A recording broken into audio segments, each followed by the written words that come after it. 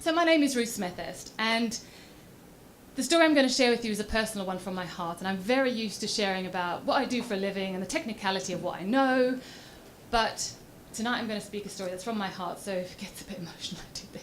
Stay with me. Don't worry about the tissues, I've got long sleeves, that's why I wore them.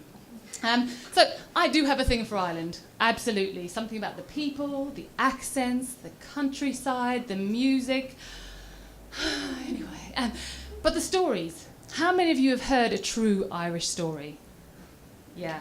Okay, so the usual, the prince who saves the day, gets the girl. It doesn't happen. Usually the main character suffers some horrendous trauma, ends up dead, and the people that killed him suffer some curse that was placed on them by the person who died. I'm not kidding. If you've ever read The Children of Lear, this is what happens. Spoiler alert, they all die. Read it anyway, it's quite good.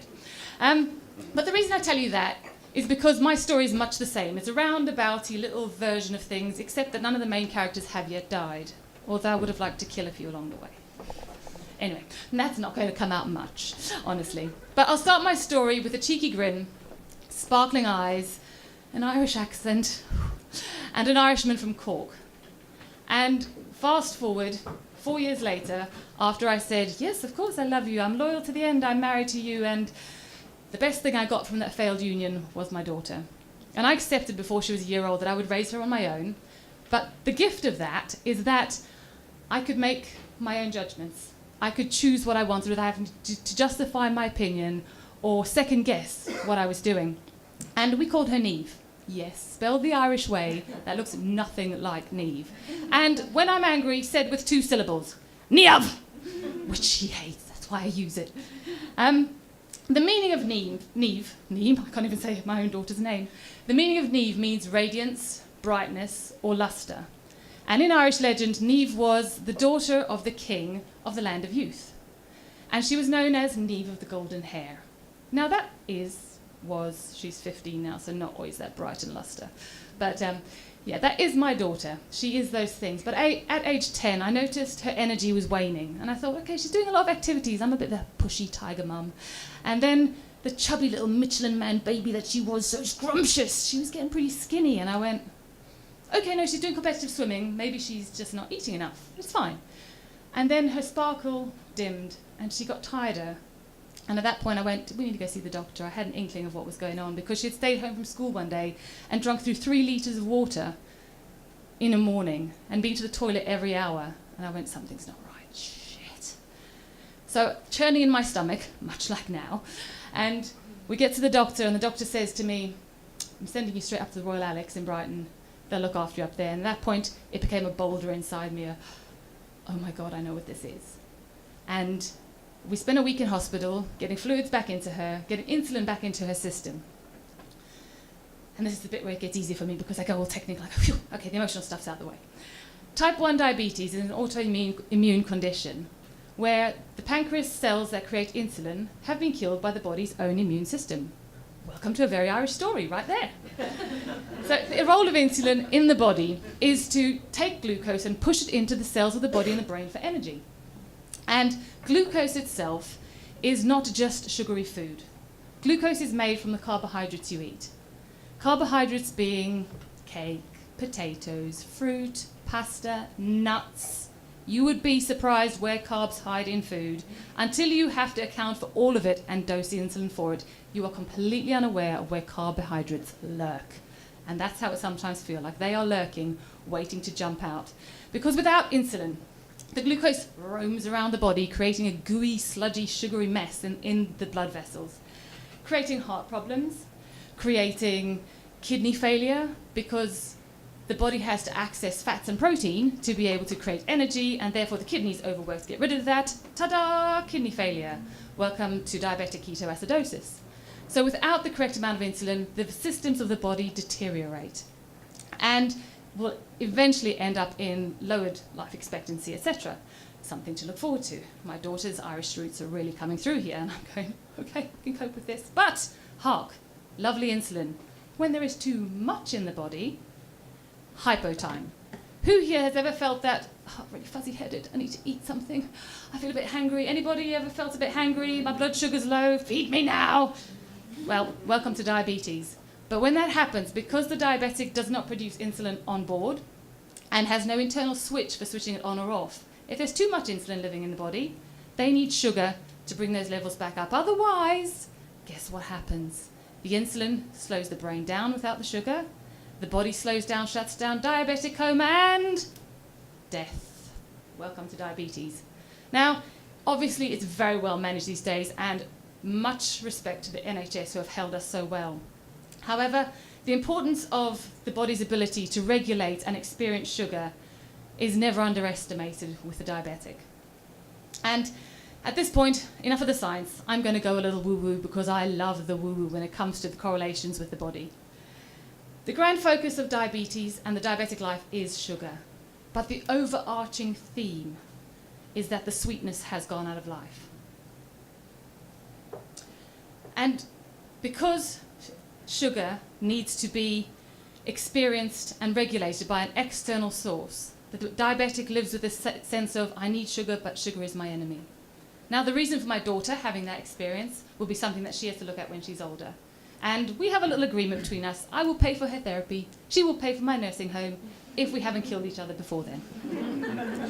However, in life, any unexpected, sudden, life-threatening thing that happens to us, the human mind, the human body, the human spirit is adaptable and resilient, as Vicky was saying. It is amazing. It's bloody amazing.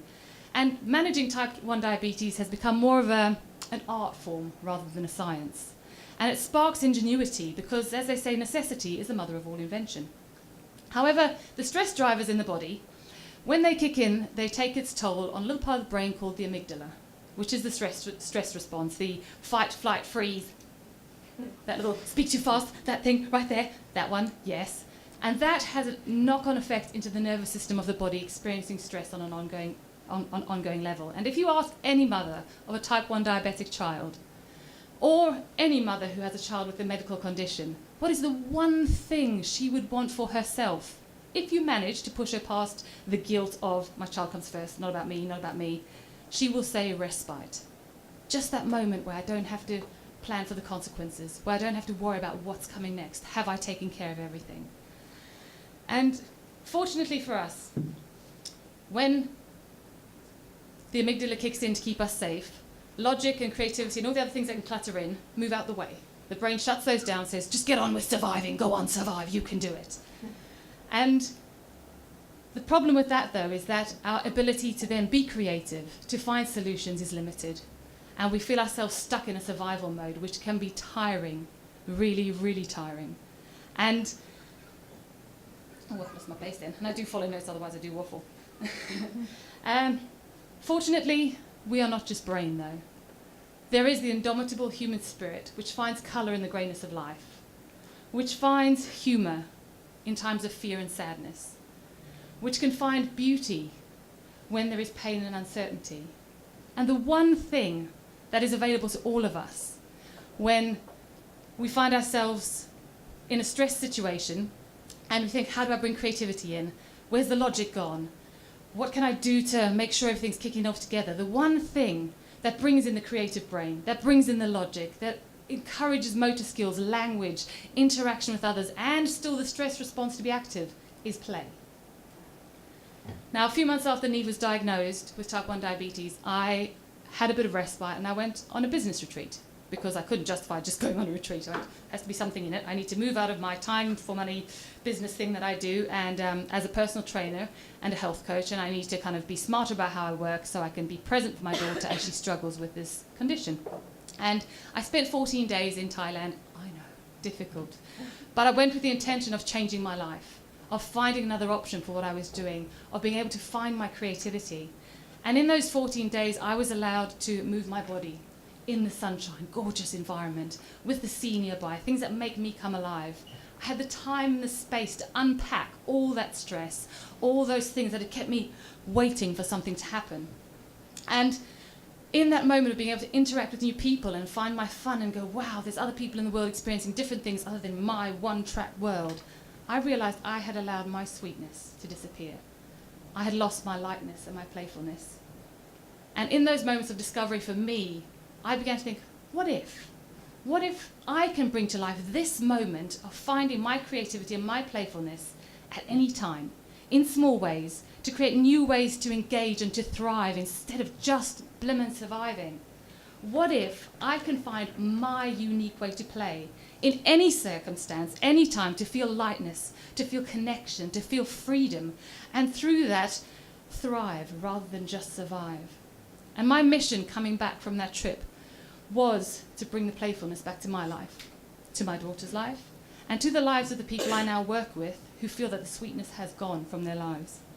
And play as a thing, because a lot of adults go, well, that's what kids do, but playfulness as a thing offers us the opportunity to find solution, to be creative, to connect ideas and people, to make new friendships, to learn more about possibilities, because there is no threat in play. If you're playing a game, it's only a game, isn't it? It's got that feeling of, yeah, it's all right, there's no consequence, no threat. It's just a game. You can do it over if it goes wrong. You can play it again. Hurrah! That's the idea of playfulness. And that's where my business, the Playcation Experience, was created.